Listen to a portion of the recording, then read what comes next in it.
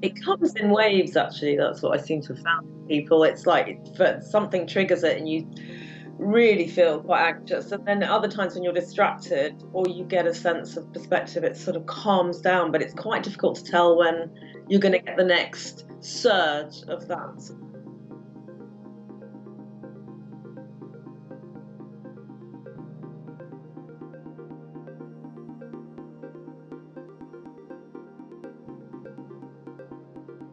Recognize that each day we're probably going to have to change our behaviors in a slightly different way from the day before. The reason for those changes is further information, further knowledge.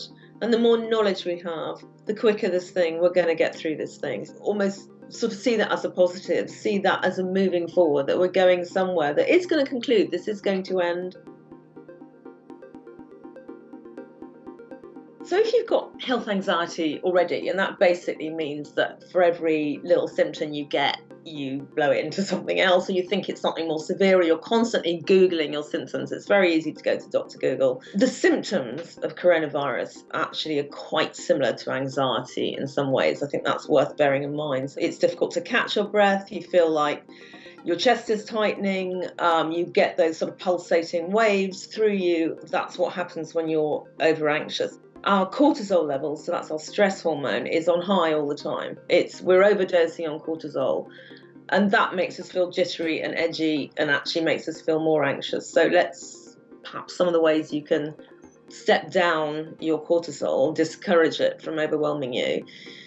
Firstly, what we call a worry window. So yeah, we're all tempted to go and look at everything on social media, get as much information as possible, because information is power. The more we know about it, the more we feel in control. However, lots of stuff that's going out on social media is inaccurate, or it's speculation, or it's opinion. So give yourself a window of maybe an hour a day, or half an hour at the beginning, half an hour at the end of the day, because things change fast. So look at something where you know it has gone through a filtering process. It's not just somebody's opinion, it's based on something that has more substance. Secondly, I mean, the things that we feel guilty about doing, like watching distracting telly, box sets, films. I mean, if you are at home, do it. This is the one time in our lives where you can.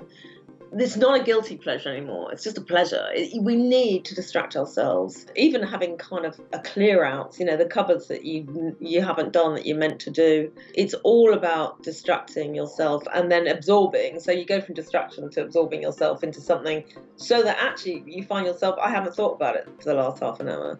When you've got funny little symptoms that you just don't know and they're going to internalize and make you feel more anxious, tell a friend or tell a family member, because everyone is having something that doesn't feel right. That's what a nationwide or global anxiety does to people. We're all having anything from sort of feeling like we can't quite catch our breath, to feeling like itchy at times, to feeling that our hearts are perhaps palpitating, or that we're sort of starting to sweat. There are so many signs of anxiety. 99% of the time they will not be signs of coronavirus, but they will be your body going into overdrive, the fight or flight syndrome. I know it sounds boring, but going to bed at a regular time, exercise is really important, not drinking too much. These are all ways of containing the hormones, adrenaline and cortisol, that are threatening to envelop us.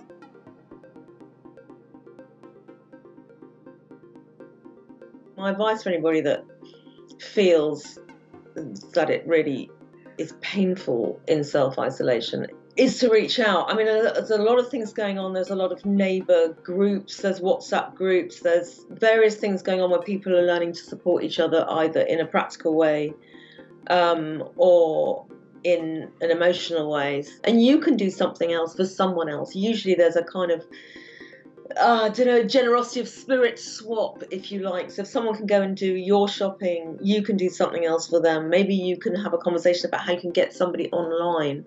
It would be great to teach somebody very simply how they can communicate by video call or join a social media app like Facebook, so that they can connect with others. And sharing something is one significant way of reducing anxiety.